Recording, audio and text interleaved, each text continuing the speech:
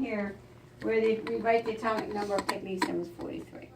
Okay, so I'm telling you that the examples of isomers are technetium 99M. This is really a superscript. I kind of wrote that in a little low. Technetium 99M and technetium 99. Okay, so based on these examples, let's go figure out what our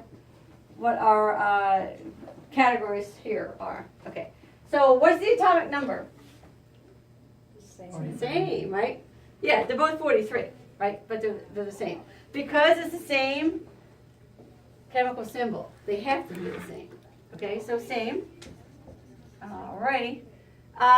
So now let's do, okay, so now the mass number. Well, this is the mass number here. So it's the same. Oh, that's the same. Oh, okay, same. Okay, number of neutrons. Same. Oh, lordy. Okay. Well, if the atomic number is the same, the atomic mass is the same, the number of neutrons is the same, what the heck's the difference? Right? The same thing. Well, the difference is subscript M. yeah, this is the difference.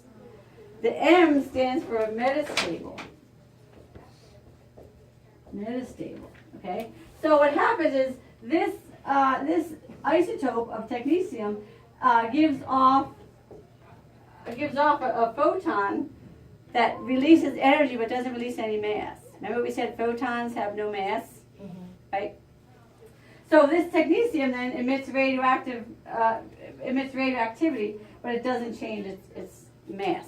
It doesn't change its atomic configuration. It just gives off pure energy. All right? So there's no mass change. So this is kind of a weird one. Everything's the same except for the energy state. Okay, that's what M says.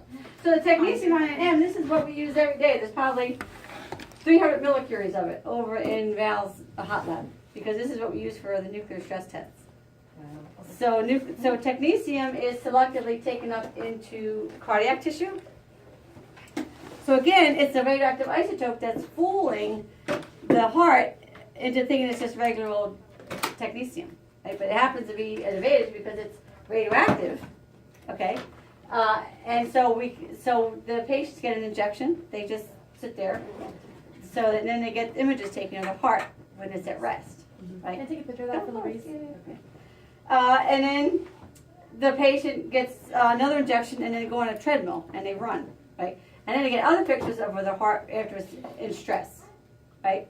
So then, and then you can compare the pictures, like how is the blood distributed in a stress situation versus in a rest situation? What's that blood flow to the heart look like? Right. But it all comes down to the fact that the body's fooled into taking up this technetium as a radioactive element versus a